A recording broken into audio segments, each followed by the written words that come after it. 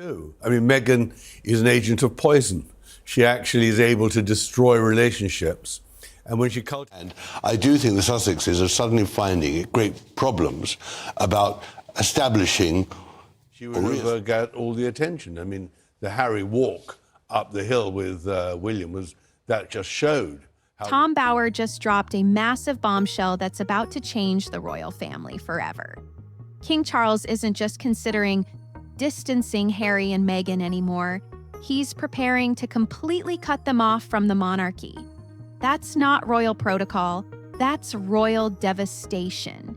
And according to insider sources, Charles has finally reached his breaking point after years of humiliation, revenge plots, and global damage that's threatening the crown itself. What's about to happen next will shock the world. Tom Bower isn't some random internet gossip. He's an 85-year-old royal biographer who spent decades and harm everything Harry and Meghan have built. But first, you need to understand how we got to this devastating moment. If you want to stay ahead of the biggest royal explosion in modern history, hit that subscribe button and ring the notification bell because this story is developing fast, and you don't want to miss what happens when King Charles finally makes his move. The monarchy, as we know it, is about to change forever. When it comes to this Harry and Meghan photo, I have to be honest, I'm quite offended by it. Like, Meghan doesn't deserve. This isn't just family drama.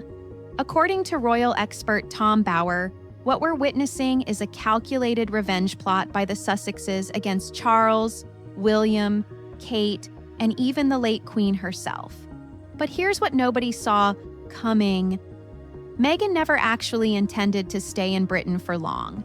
She saw becoming a duchess as nothing more than a stepping stone to what she called her next chapter in life.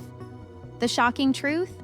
Meghan was constantly frustrated that the Queen was the star of the show while she was stuck playing supporting cast. This is where Britain's top commentators speak out on controversial issues without the fear of the cancel culture sweeping the rest of the media. And breaking tonight, she couldn't understand why she wasn't the main attraction. The woman who walked down that aisle at Windsor Castle in front of millions of viewers thought she was going to be the new face of the monarchy. Instead, she found herself taking orders and following protocol like everyone else. But it gets worse. Meghan was genuinely shocked to discover that Harry wasn't directly in line for the throne, which meant she could never become queen.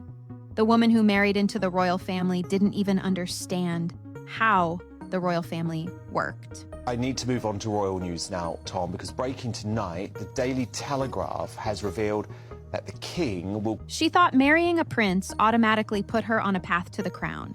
When she realized William and his children stood between Harry and the throne, everything changed. She would have stayed if she could have taken the starring role, but reality hit hard. The monarchy wasn't going to revolve around Meghan Markle. Tom Bower reveals that this frustration wasn't just about ego, it was about power, money, and global influence.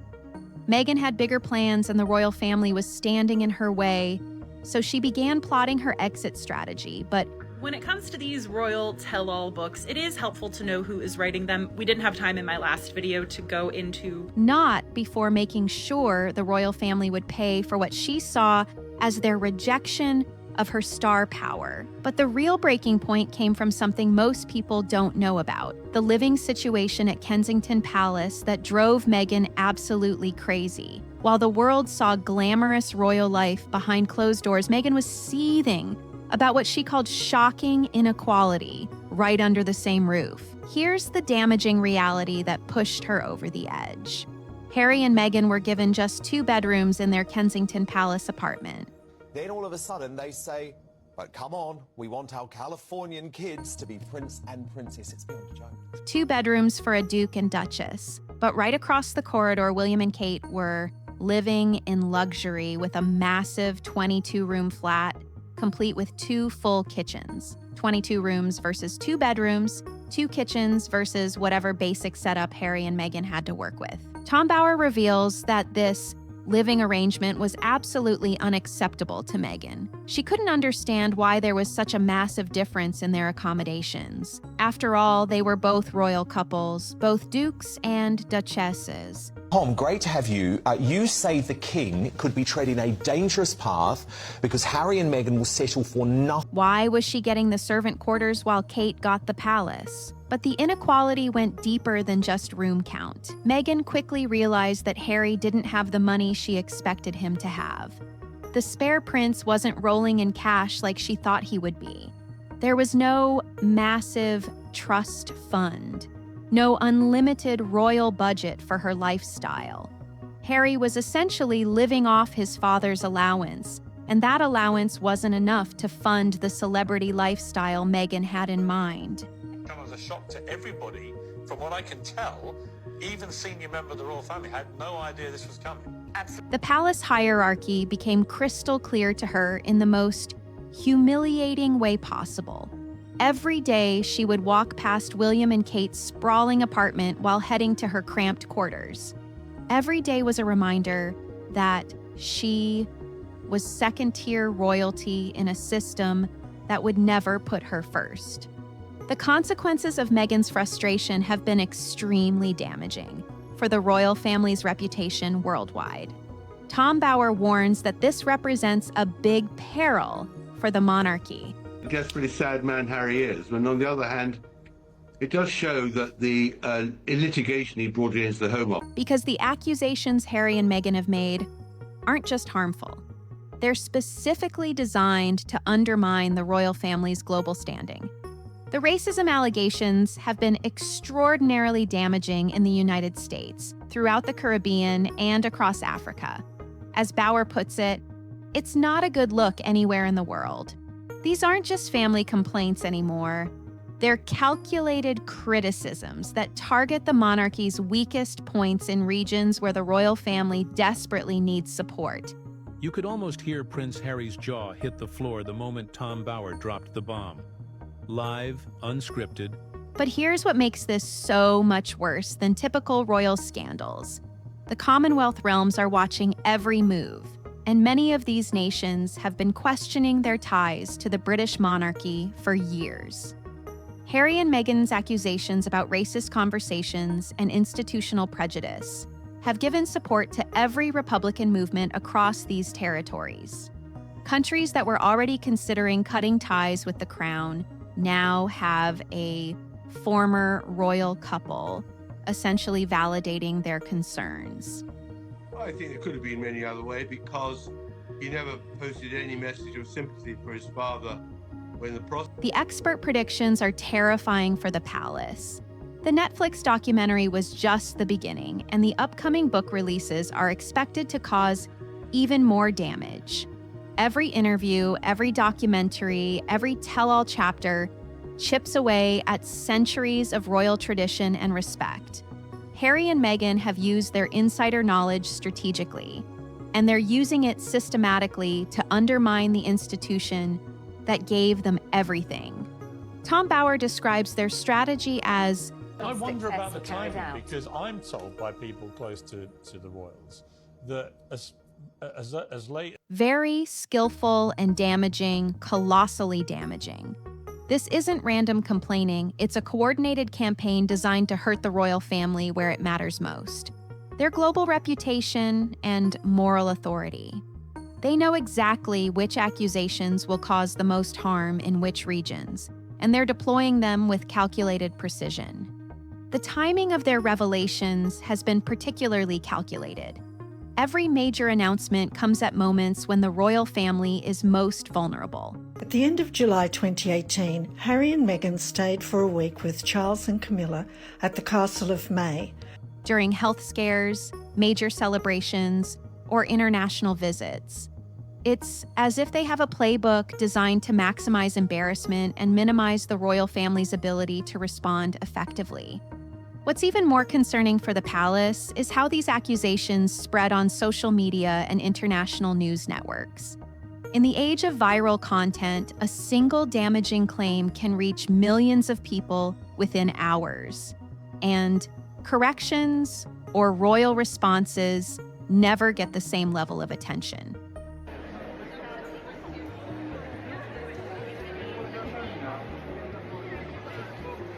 Harry and Meghan understand modern media strategy better than the traditional palace communications team, and they're using that advantage strategically.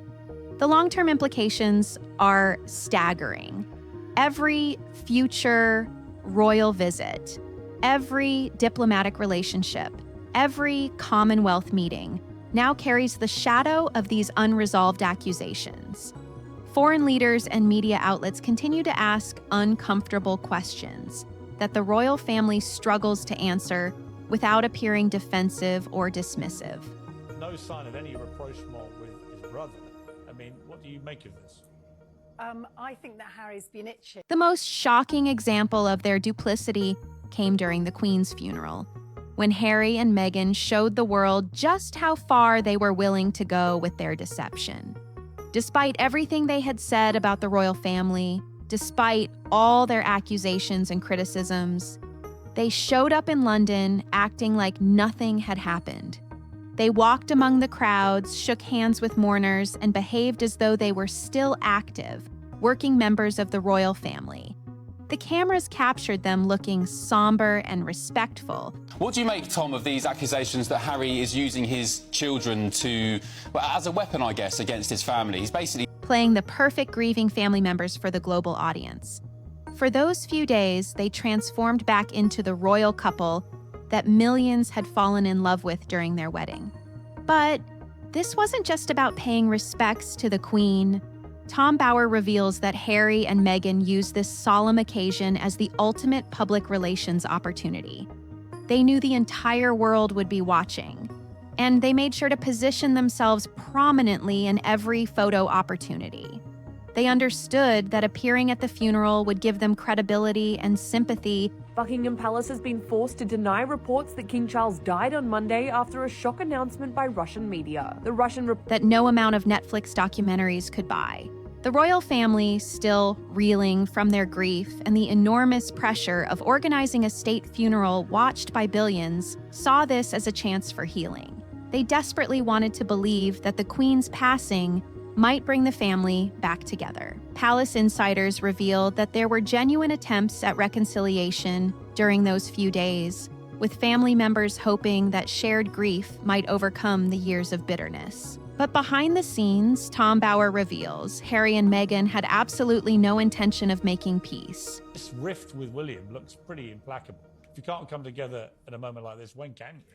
Well, as I said last night to you, the royal family tried reconciliation during the funeral, hoping that the Queen's passing might bring the family back together. But it was all for show. Harry and Meghan weren't prepared to apologize for anything they had done, and they certainly weren't prepared to stop their efforts against the family. The most concerning part was how they used every private family moment as potential material for future revelations. While other family members were focused on mourning and supporting each other, Harry and Meghan were reportedly taking mental notes of conversations and interactions that could later be used in interviews or books. The Queen would never have said anything like this, and I don't even think that Prince Charles, in his most reckless interventions into politics, they turned their grandmother's funeral into research for their next project. The funeral was just another photo opportunity for them, another chance to look sympathetic while secretly planning their next criticism.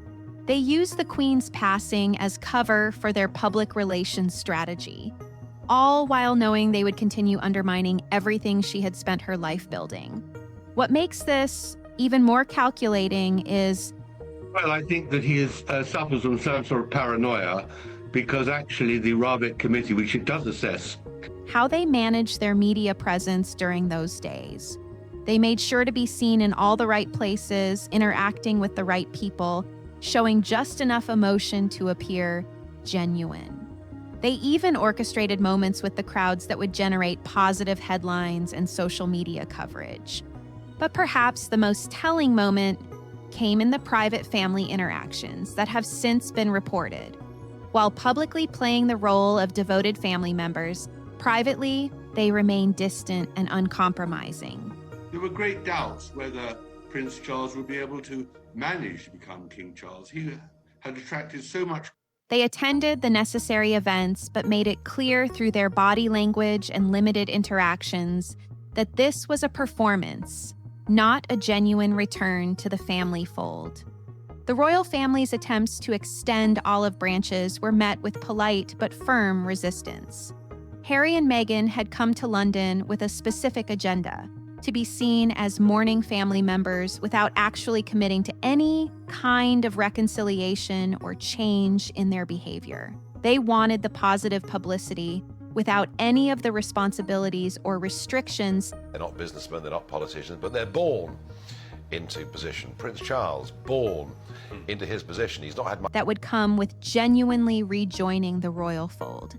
Tom Bower reveals that King Charles has finally realized he can't bury his head in the sand anymore. The expert predicts that Charles is preparing a two-step strategy that would be absolutely damaging for Harry and Meghan's brand and livelihood. But what's truly shocking is how methodical and calculated this approach appears to be. The first step would be stripping them of their Sussex titles.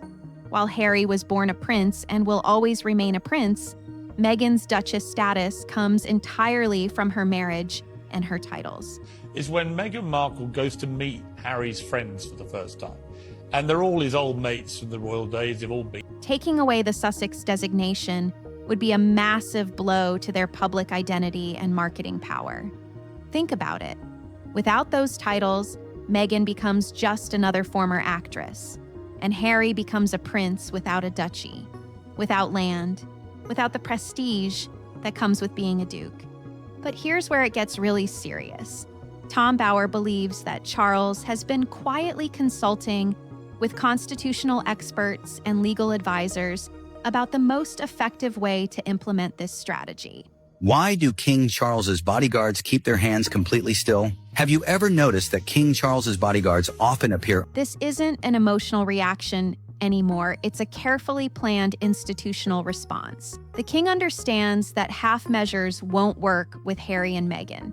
They've proven time and again that they'll exploit any remaining connection to the royal family for their own benefit. The second step is where things get truly unprecedented. Tom Bower believes Charles is prepared to make an announcement that would send shockwaves around the world, that he has no relationship whatsoever with the Sussexes, and that they are no longer members of the royal family as far as he's concerned.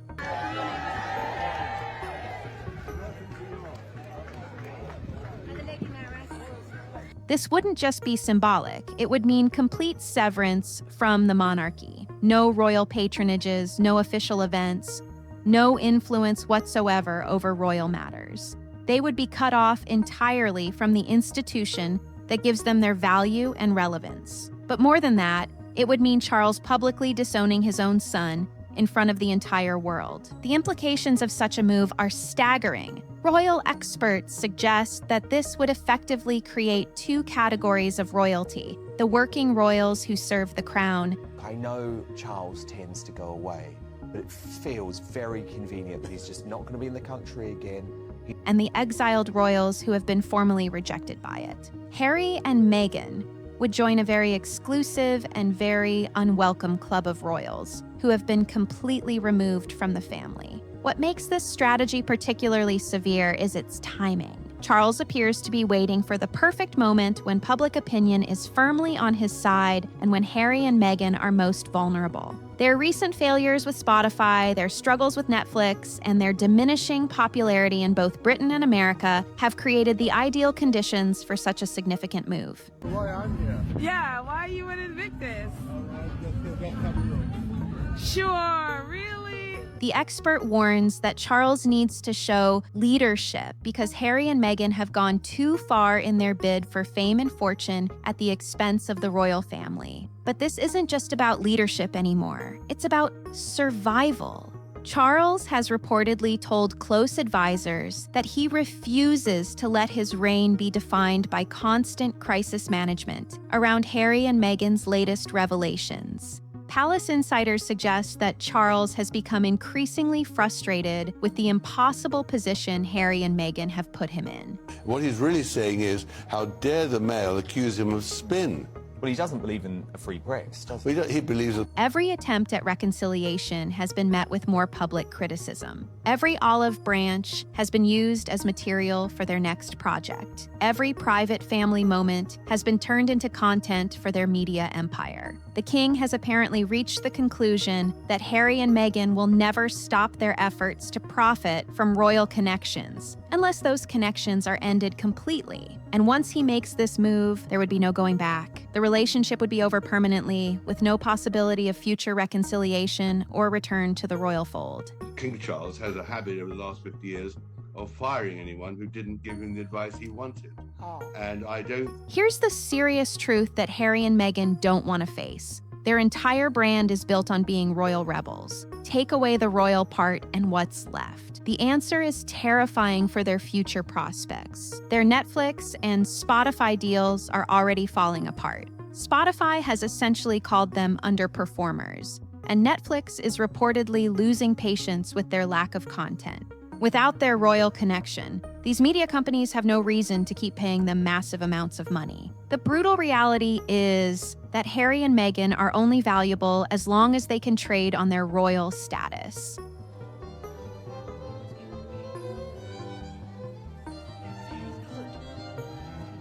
Strip away the titles, cut off the family connections, and they become just another celebrity couple that nobody really cares about.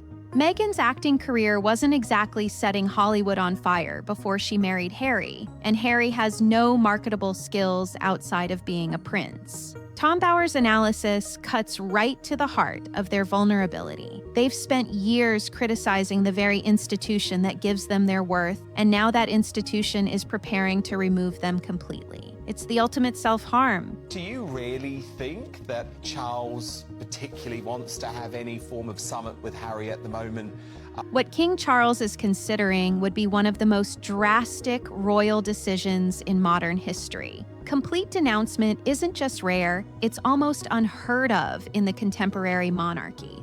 But Harry and Meghan's behavior has pushed the situation beyond normal royal protocol. If Charles goes through with this, Harry and Meghan would be truly on their own for the first time since their marriage. No safety net, no royal protection, no institutional support. They would have to build their entire future on their own merit and abilities. King Charles allegedly freaked out the first time he saw this common household item. According to Tom Bower's biography, Rebel Prince, without being able to trade on their royal connections. The question that's haunting the palace is whether King Charles has the strength to make this dramatic move. For years, he's tried to keep the peace, hoping that family bonds would eventually win out over public relations conflict. But Tom Bower suggests that patience is finally running out. Charles knows that every day he delays action, Harry and Meghan become bolder in their criticisms. Every interview they give, every documentary they release, every book they publish damages the monarchy further.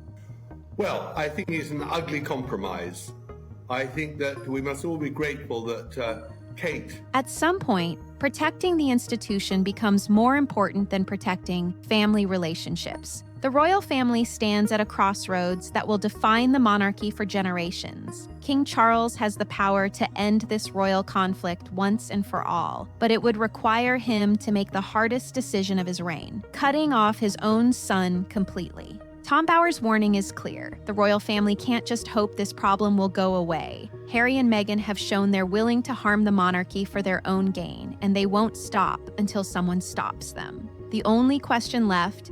Coronation really is a charade in the sense that Charles has orchestrated the lot. ...is whether Charles will act before they inflict even more damage. The monarchy as we know it hangs in the balance, and the next few months could determine whether the royal family survives this unprecedented challenge from within. What Charles decides to do about Harry and Meghan won't just affect his reign, it will determine the future of the British crown itself. The clock is ticking on one of the most explosive royal decisions in modern history. King Charles stands at a crossroads that will define not just his reign, but the entire future of the British monarchy. Do you think he enjoys these occasions? Is he enjoying his new job as king? I fear not. I mean, he never liked going to Africa. Tom Bower's warning couldn't be clearer. The royal family can't just hope this situation will resolve itself. Harry and Meghan have proven they're willing to sacrifice the monarchy's reputation for their own success,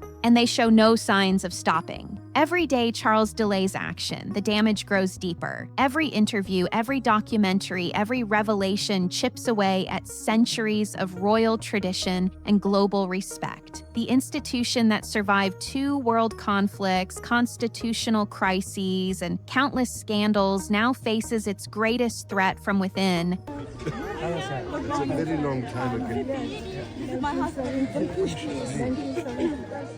And that threat comes from his own son. But here's what makes this moment so critical. Charles isn't just choosing between his family and his duty anymore. He's choosing between saving the monarchy or watching it slowly crumble under relentless criticism.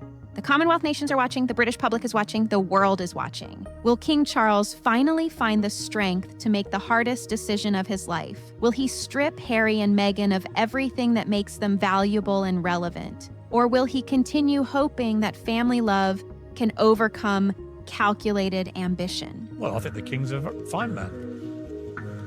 Really? My king, yes.